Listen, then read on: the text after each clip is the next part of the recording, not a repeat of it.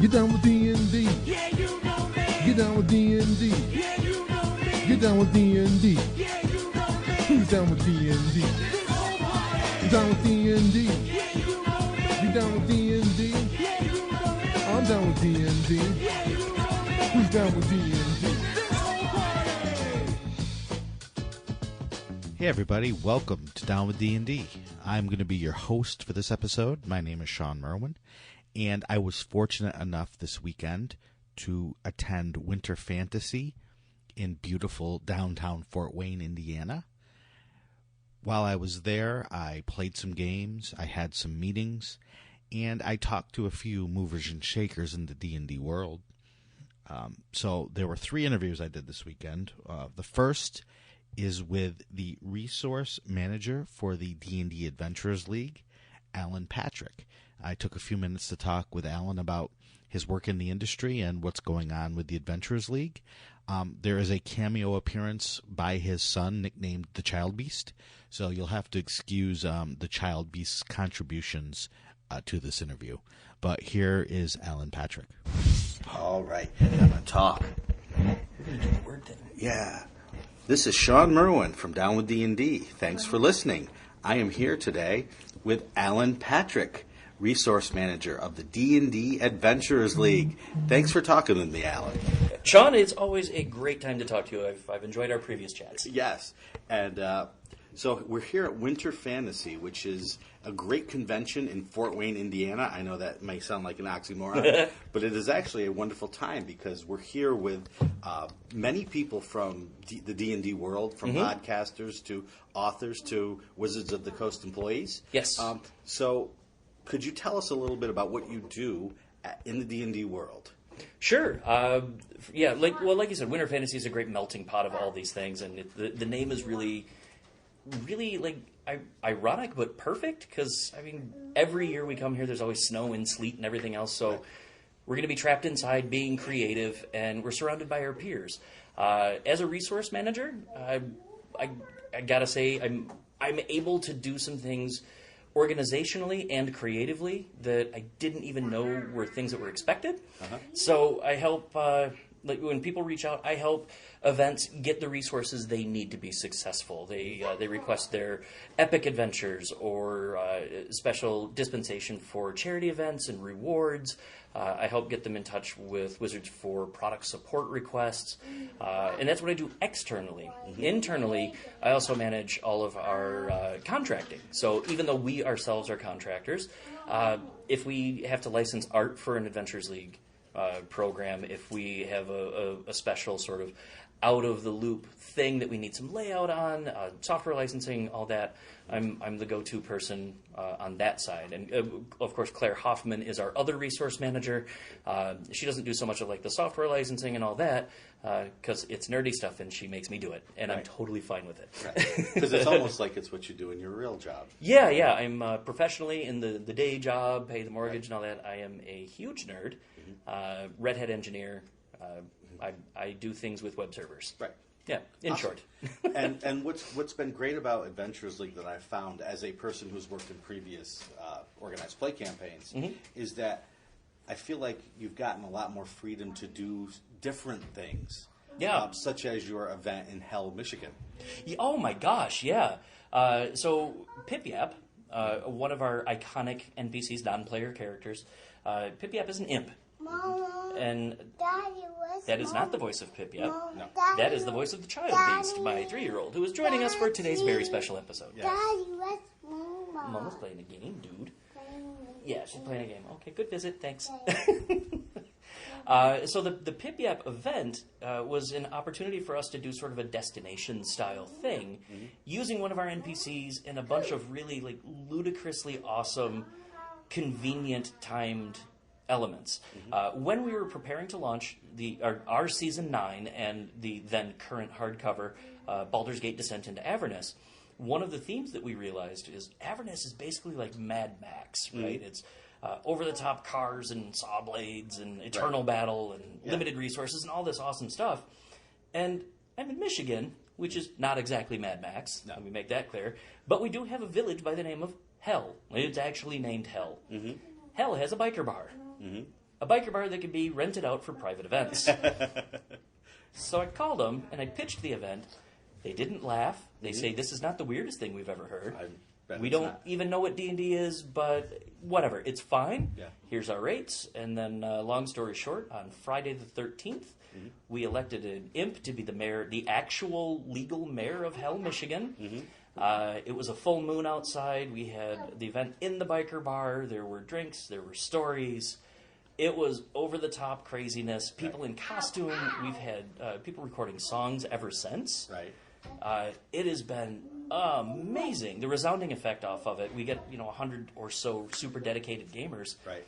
And that was in September. Here we are in February, and I've been approached by a bunch of those gamers already who are Right. also here saying, "When are we doing that again?" Right. When can we go back to Hell? Yeah. Right. And Hell is not conveniently placed, No, so no.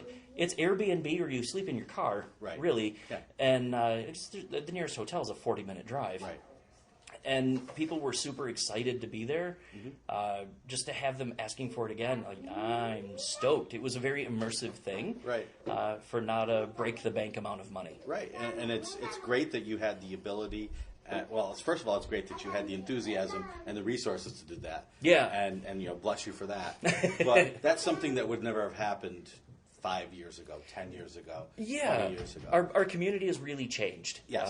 And it's changed, in my opinion, for the greater. I'm seeing this super increased narrative desire. So people are playing up tiny little niche elements of their character sheet, and that's what they're defining themselves as. Right.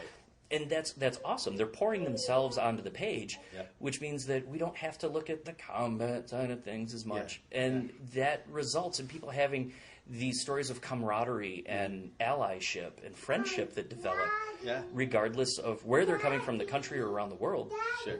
They're coming back together at these events. Yep. That's scary. Oh, it's scary. You're under the table, dude. It's dark. And another thing that you've been able to do as an Adventures League admin team is create your own products. Yes. What was the latest release? The latest, skipping those NDAs. The latest release that you could talk about. Yes, that's a key thing. Actually, Pip Yap's Guide would be like the most recent big Right. one. Pip Yap's Guide to All of the Nine Hells was a surprise product that we launched to coincide with Baldur's Gate Descent into Avernus. We actually released that content in digital format with the launch of that Pip Yap event in Hell. Right. Okay. So Descent to Avernus details the first of the Nine Hells, Avernus, the upper layer. And there's a beautiful adventure on top of it. What we did with our product is we, the administrator team, there were only 6 of us at the time, we banded together and we wrote several adventures, detailed all of the remaining layers of Hell, and then we provided some seeds for DMs to create official AL content using those layers of Hell that we didn't write adventures for. So the DMs, wherever they are, could... Excuse me. More cookies. Yes, more cookies. They could create cookies. Hell is a great place for cookies. I've heard that. Yes. They're not fey cookies, which is great. Right. But- Hell wasp cookies. Yes, exactly. DMs all over the world could take ownership of the hellish content and really deliver those themes and deliver a cool experience to their players that really we didn't have to get in and micromanage. Let them create and deliver awesome stories, and we just worry about the framework. Right. So outside of Adventures League, what have you worked on in the RPG and D&D world? A number of things. In recent years, I've been involved in some pretty surprising products, some of which have not been published. Not necessarily NDA, but for various reasons. Right. Yes, bud, I know. You got to give me a second here. It's like working with a publisher. I need more. Yes, no kidding. So one of the really cool things actually involves you. So I hope you've talked about this stuff before, but we did some work on Star Trek together, the Star Trek Adventures Organized Play campaign. Yep. That was a terrifying experience in all the right ways, because you told me I was ending the season, give them a cliffhanger, make them want more. Right. And it's Star Trek, man. Yeah. Like, Getting to write with Star Trek, I mean, what are the chances, right? I had the same feeling starting on that I did when I started working on some D&D stuff, which was, me? Right. Why me? Yeah. I've done a couple of little things for Rob Schwalb and Shadow of the Demon Lord. I've had some talks with other publishers that are some larger properties that are unfortunately still under NDA. Sure. But there are some really cool other like self-driven things that are out there. There's some Pathfinder stuff that I'm interested in, mostly in some sillier things. There's a really cool like community drive, similar to what we have with DM's Guild for Call of Cthulhu. Right. And I love those like detail-oriented spooky horror stories. So I'm chewing on a couple of potentials for that. Cool. And we'll see what else shakes loose. Yeah. Now, you contributed to the WotC hardcover Dungeon of the Mad Mage, correct? Yes, I did. Yeah? Yep. Can you talk about how that went, what that was like? Because that was your first... That was my first actual hardcover. Hardcover. Yeah. Dungeon of the Mad Mage is it's the update of Undermountain for 5th edition. And like I remember as a teenager, like I'm in the basement playing games with friends and being like, it'd be really cool to do dungeon, Undermountain stuff, dungeon development. Like that would be something that would be awesome. I'll make pizza money. Right. And it stuck in my head. And fast forward several years, and I get what I believe was probably the most casual pitch ever, where Perkins reached out to me with a DM over Twitter. Right. And said, I got this thing. Do you want to work on it? And my first response was to make sure that this was actually Perkins' Twitter account. Exactly. Go back and check and make sure. Does it have the check mark? Like, is it real? Right. Got a hold of our contractor coordinator, Chris Lindsay. Hey, is Perkins, like, does he know who I am? Is that good or bad? Right. And, it's closed. Ultimately, he gave me a couple of levels. They gave me some outlines that were pretty loose and said, go nuts. One of them was, the lights. The Child Beast turned off the lights. It's very atmospheric. Yes. One of the levels was brand new. One of the levels was an update from an old dungeon crawl adventure. Cool. And here, bud, let's leave the light switch alone. There we go. Leave it alone, bud. So it was an update of an old dungeon crawl adventure, Mad Goth's Castle. Mm-hmm. And there are just some beautiful things in there. A shrinking environment. There's a fairy dragon. And I'd never really done anything with fairy dragons before. But this was an opportunity to really get super creative. And just exploring some of the themes that were in there, giants and all sorts of stuff. It was Undermountain to a T. Right. And then the brand new content, Jameson, the brand new content was a spin in the other direction, where they gave me a very loose concept and said, let's see what you got. Mm-hmm. I discovered that Chris Perkins was a Canadian citizen while I was developing this, because the pitch I sent him was American Gladiators set in Undermountain. From what I hear, he wasn't aware of American Gladiators until this. He was also a man of taste, obviously. Exactly. So I may have lowered the bar. It's sort of themed on a Death Trap dungeon, that particular section, but it's interactive traps, sort of game show style. There's an announcer that harangues the players all the way through. Like, if you don't play by the rules, the announcer through the Magic Mouth PA system is just like, ooh, the rogue's going to hide behind the pillar. Not that pillar in the back. Yeah. But if you're playing by the rules, it becomes like a play-by-play announcement, and super inventive, and just a different way to look at that sort of challenging content. Yeah, and that's a huge project to. That's a huge project to have to wrap up, especially for your first time. Yeah. Yeah. It was a little bit different from how we handle our timelines and stuff, and he's still hitting the light switch. The timelines were a little bit different from how we do our stuff. Not a bad thing, but I tell you, the thing that was really terrifying about it is, like, this is my first major professional publishing contract. Right. And Chris Perkins is an awesome individual. I just see, like, the passion and the care he puts into it. And as an artist, I'm always anticipating the worst possible feedback. Right. So I submitted. Yep.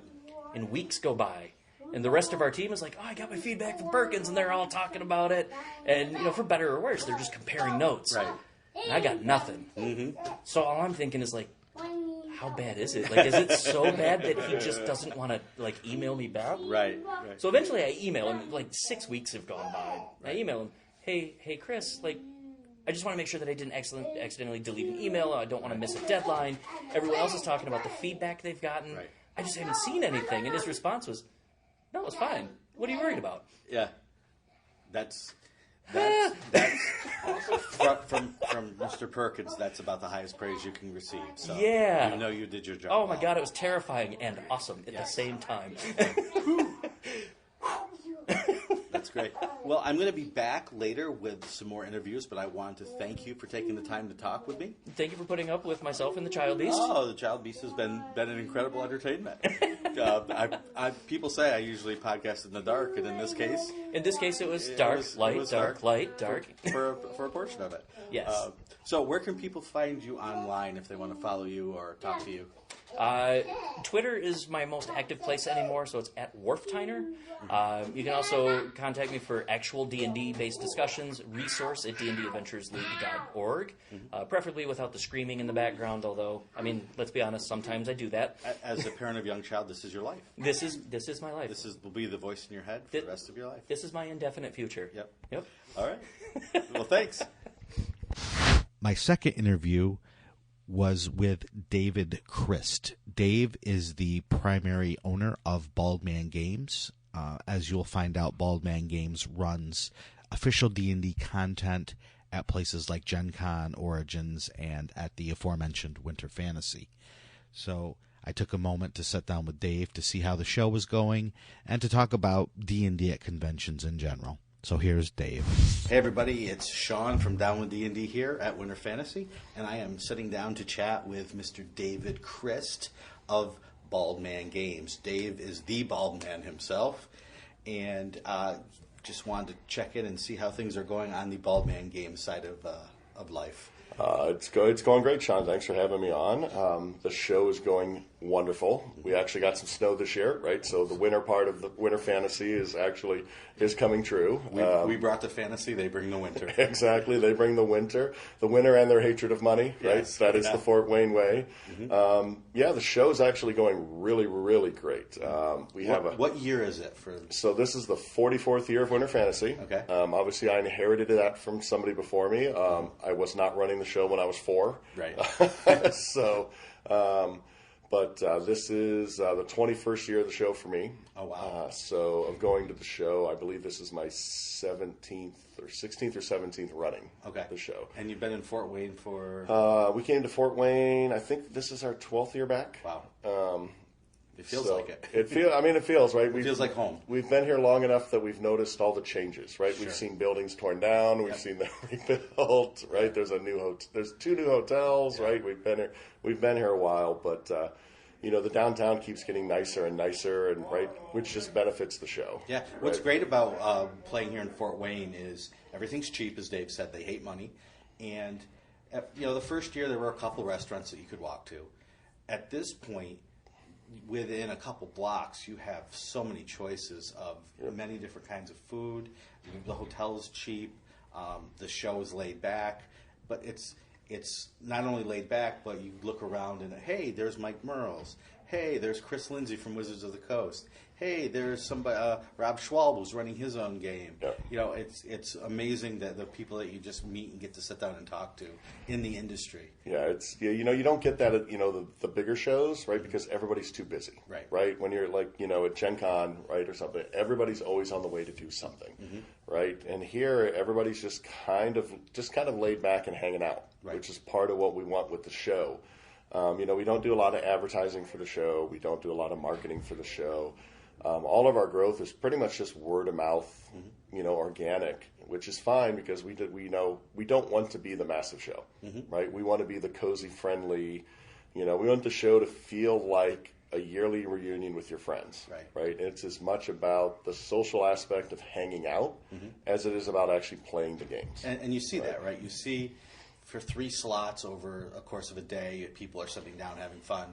But then you go to any of the local restaurants or bars or even out in the lobby of the hotel, and people are sitting around sharing stories, chatting, and just seem kind of, having a good time and catching up with their friends from around the world. Yeah, but people take slots off. Like in a normal show, you're like, oh, I'm not taking a slot. I mean, people take a slot off just to go play a board game or go have an extended lunch, right? Because it's about hanging out with people that you don't get to see a lot. Yeah.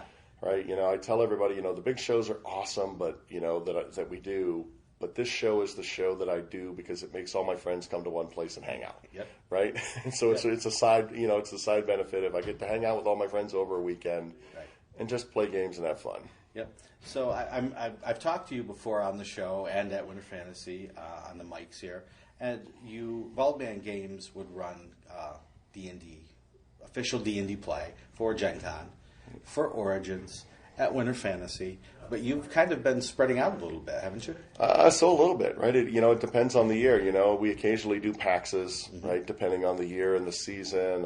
We've done HasCon, right, which was a really unique show a couple years back, and I really hope Hasbro figures out how to do it again. I've never done a show where I can do life-size pie face and then go to a Flo Rida concert, right? Right. It was a really fun show. Last year we did the D&D live event out in California, so we're really hoping, to find out if they're going to do that again, and we'd love to do that again.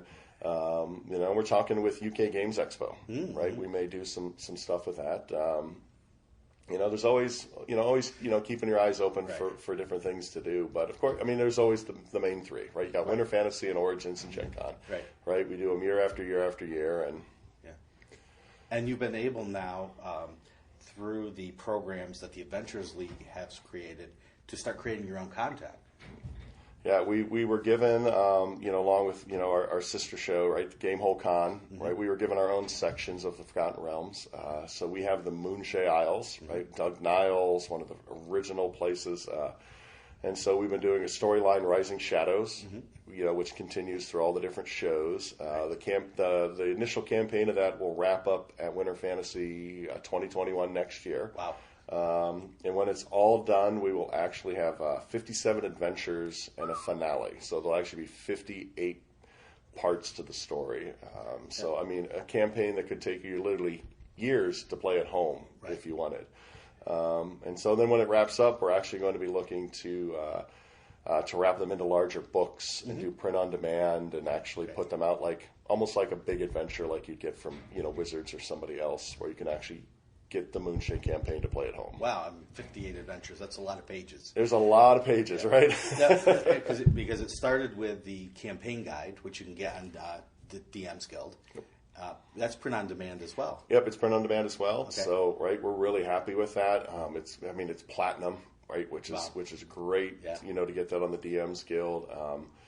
Print on demand, PDF, and we're getting a lot of people that are asking us to do the same thing with the adventures, right? But of course, in order to make that worth it, we have to, combine trilogies, combine storylines, and the layout is a whole different thing. Exactly, the layout, right? Because you just can't add the PDFs together and and print a book. You could, but it would be an awful book, right? You wouldn't want that. We don't need the boilerplate 15 times in an adventure, right? Sure. So there needs to be some work and some editing to do that. But okay.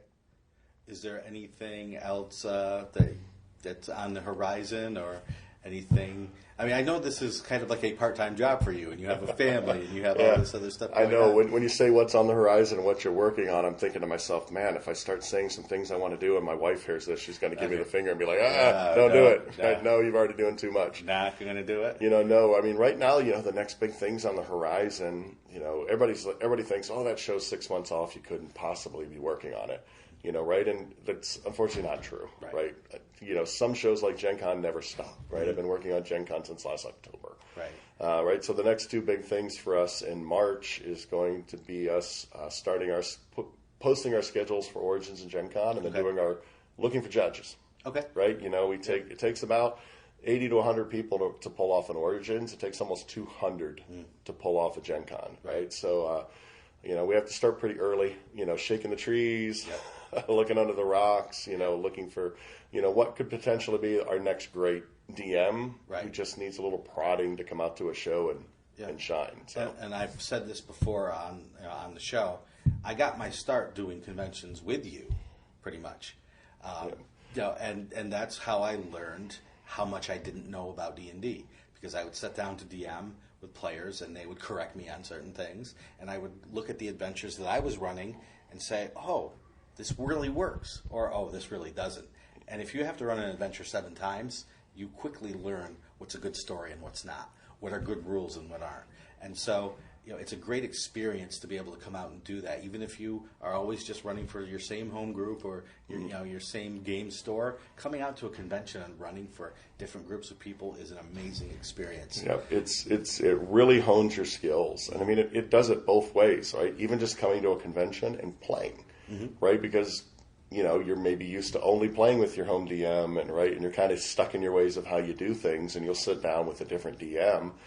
Right, and he may do initiative slightly different, or he may how he pulls in the quiet player on the table, right? That might be you or the person next to you, right? And you're like, right, we're all DMs, we all steal from each other, right?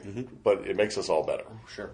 So if somebody wanted to DM for Baldman Games, whether it be Origins, Gen Con, Winter Fantasy, or one of the other shows you work on, how would you do that? So the best way is to keep track, the website, baldmangames.com. Okay. We have a sister site, the heraldsguild.com, which is our judge training ranking recognition program. So both those websites, whenever we're looking for judges, will have, updates and pages, right? We also have the Book of Faces, right, and Twitter, right? And that's where we put out our calls. And we say, hey, we're looking for DMs for an event, right? We'll link you to a page, and the page will tell all the details, right, of, right, this is how much and you get a badge, right? You work this much, we'll give you some cool shirts and some books, right? Sure. You work this much, you'll get a hotel room. Okay. Right? And so, and everybody's like, hey, we've never done this before. And it's like, we've all been in that time that where this is our person, right? first time, yep. Awesome. Well, thank you so much for taking the time. If people want to follow you specifically, say on Twitter, where can they go? So Twitter, it's at baldmangames.com. Okay. Facebook, we have a Baldman Games group. All those are linked through the website. Awesome. Thanks for taking the time. Hey, thank you. And last but certainly not least, I was able to corral Bill Benham. Bill is an employee at Wizards of the Coast. His job is tabletop RPG producer. So I grabbed Bill and got him to talk with me a bit about what he does in his job and how he got into gaming and moved into his position with Wizards of the Coast. So here's my talk with Bill. Hey there, it's Sean from Down with D&D, and I'm here with Bill Benham, the new producer, tabletop RPG producer at Wizards of the Coast. You may remember Bill from his days as an Adventures League administrator, but he's moved on to, let us say, bigger and hopefully better things. Thanks for coming on to talk with me, Bill. Thanks for having me, Sean. I appreciate it. Yeah. So we're here at Winter Fantasy, the winterest fantasy of all. Indeed. As we say, we provide the fantasy, Fort Wayne provides the winter. Yeah. And as it snows outside now. So you have gone from administrator to a full-time employee at Wizards. I have. So what do you do as a tabletop role-playing game producer? As the tabletop RPG producer for the D&D team, my job is to make sure that our book products come out when they're supposed to, like meet the schedule, that they meet budget, because books do have a budget, they do cost money to make, and that all the pieces and parts get together at the appropriate times. There's a lot more to making a book than I initially thought. So yeah, it's managing schedules and freelancers and editors and working with the graphic design and art team and sales and publishing and all these different people to make sure that the books come out on time. So for a typical book, where you maybe have maybe 4 or 5 people writing a book, you think, okay, here are 4 or 5 people who are writing. How many people do you actually have to deal with just to get that book out on time, under budget, and get it to the point where it's out the door and on shelves? Actually, one of the smaller parts of the job is actually dealing with freelance writers. Like that's a little bit, but there's let's say a book has 4 or 5 writers, you could have 2 to 3 editors. There's going to be maybe 30 artists, depending. And then there's a lot of hands that touch our books. And it's folks, inside and outside of Wizards of the Coast. So there's a lot of relationship management to do, and a lot of finance, more than I initially thought there would be. But I come from a background where I was dealing with money anyway, so it was fine. Yeah, you were in the Army. Yep, I was in the Army. I was a medic in the Army for 20 years. When I retired, I was working in medical operations and planning. And then I got a master's degree in healthcare administration at University of Washington. Became a healthcare exec and got really burnt out on that. And in between, one of the big constants was working in organized play. Right. So living Greyhawk, living Forgotten Realms, and then with the Adventures League, I got to make some relationships with the folks at Wizards, and I had taken a hiatus from work because, again, I was burnt out. And Mike Morales reached out to me, and I started as a contractor, just a contractor for a year. And then I became a full-time employee back in September. As a contractor, you were doing similar work? Almost exactly the same work. Yeah. Awesome. So have you found the work to be fulfilling? Very much so. Like what I did before, like working in healthcare, it was fulfilling. It was just grinding. And the people management was extremely tiresome. I don't have to manage like direct reports anymore, which I like. But yeah, like seeing a book go from concept to printed product, and then having somebody go, "Oh my God, I read this story and it was great!" And they tell you the stories about what they did. Their whether it's AL or their home group or whatever, like that. That is really gratifying because you're helping people make pleasant memories, and the world is a wild and sometimes a not pleasant place. So it's nice to bring people joy sometimes through my work. Yeah. So when did you?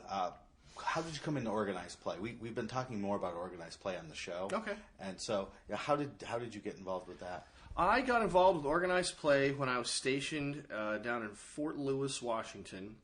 And my good friend Travis Woodall, he and I were in a home game together. And after I came back from deployment, he said, "Hey, there's this thing called Living Greyhawk. And it's a whole bunch of people get together at this game store, play D&D. Why don't you come check it out?" I said, "Cool." So I did. I went and checked it out, and I met some of my closest friends now are people that I met through Living Greyhawk. So that was, I just initially started as a player, and then after about 3 or 4 months, I started DMing. And then I got to know people who were like Triad for our region. And for those who are not familiar, the Triad's just like a little... How would you describe the Triad? They were the administrators for the region. Yes. Right. To make sure that the storyline was on track and that the modules came out and were appropriate and so forth. Right. So got invested in that. That was how I met Chris Tulloch and Chris Lindsay, who became friends of mine. And then when the 4th edition transitioned, I didn't leave the game. So I became an administrator for Living Forgotten Realms. Then when that closed down, I just kept active in my local community, running games, and I met Dave, so I started running games with Baldman, which enabled me to hang out, spend some time with the folks from WotC at shows, and it was just kind of a gradual progression. Yeah. And you didn't have any special training for role-playing games? Not in the slightest. Yeah. And what was most helpful about... organized play, especially working on modules and whatnot, is it helped me learn the writing style that is peculiar to D&D, because it is very specific. Right. And I've seen in various products since I've been at Wizards, folks who are authors, like folks that have written novels, or maybe they write comic books, and you say, "Oh, hey, I want to write an adventure."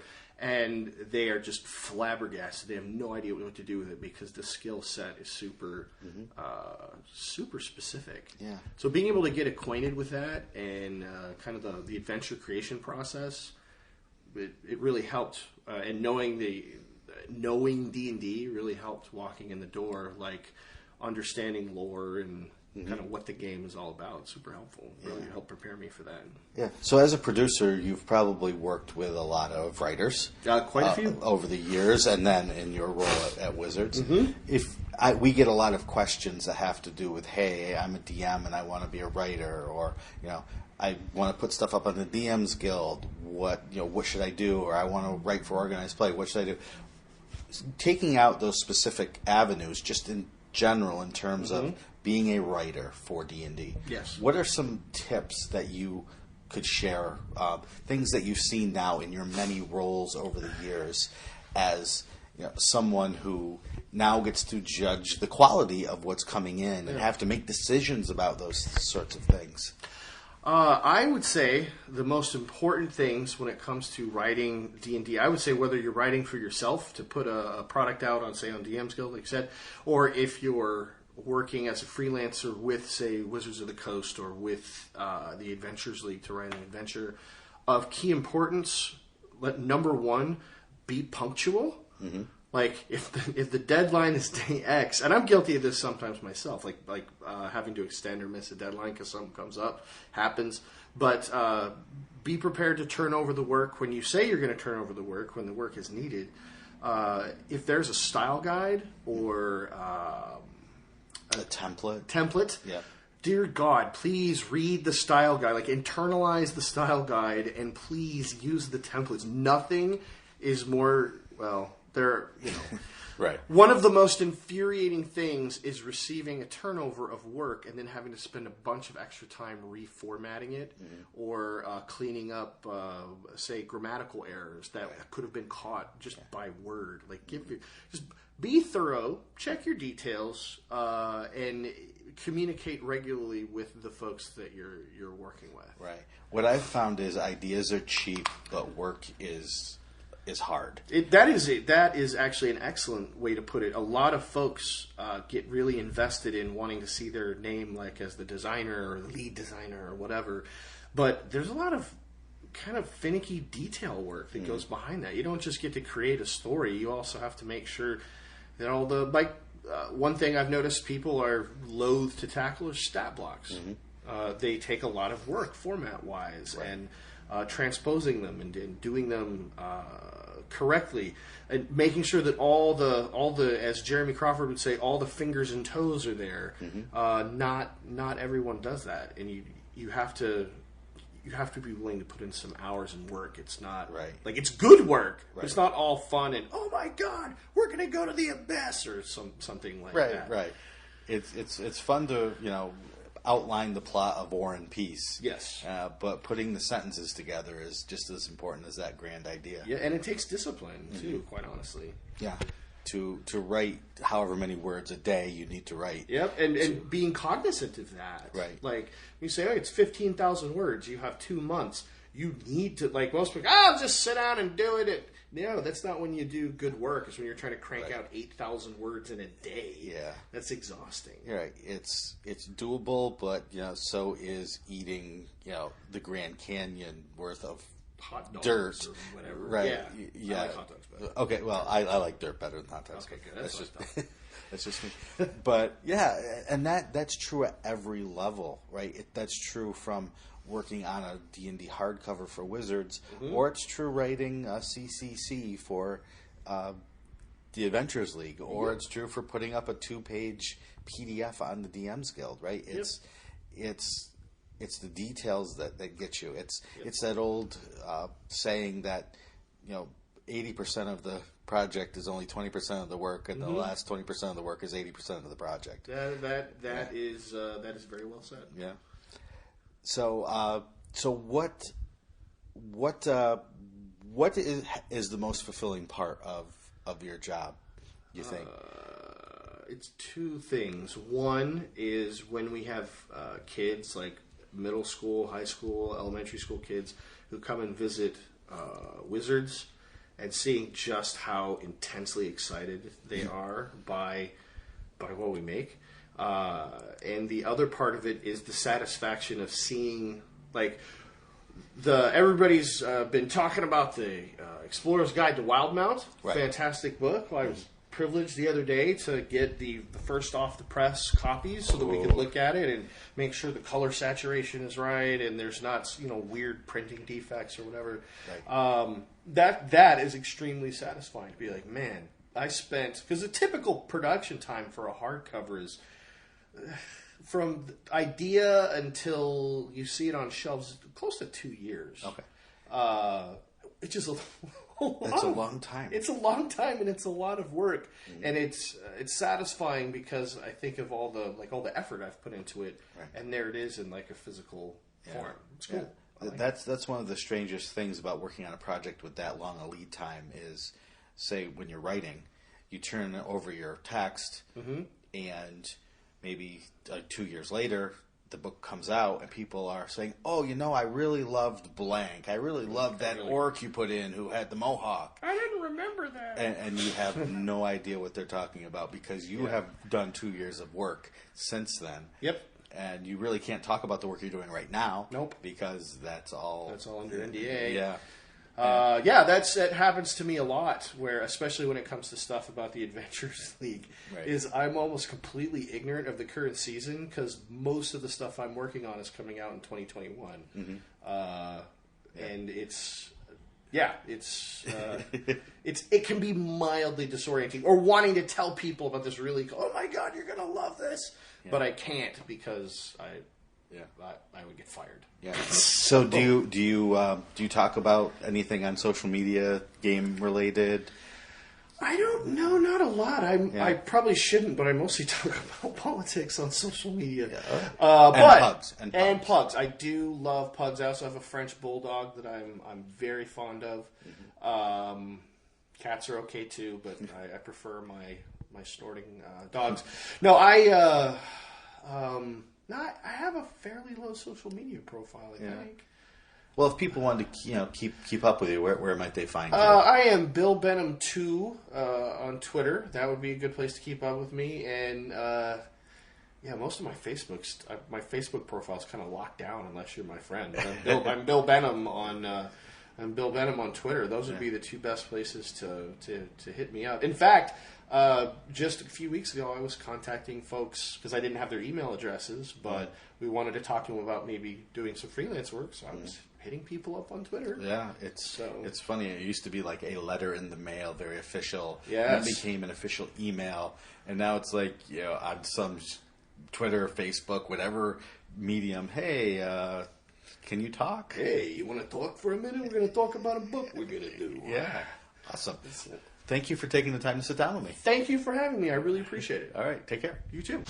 I hope you enjoyed those interviews. I'm going to try to get a few more interviews in the next few weeks with some other people, some Wizards of the Coast employees, other people in the tabletop industry. So I'm looking forward to reaching out to some people for that. But for now, I'd like to thank you all for listening. Thank you for your support. If you're able to support us monetarily, you can do so at patreon.com. Just look up Misdirected Mark. We try to give back as much as we can for you who give to us. If you can't help us monetarily, you can review us on whatever platform you listen to our podcast. Talk about us on social media. That will certainly help. But we're just here to have fun and talk about D&D. You can follow me on Twitter at Sean Merwin. We have a forum for Misdirected Mark at forums.misdirectedmark.com where you can chat with us. And, just thanks for your support all around. I am going to now go kill some monsters.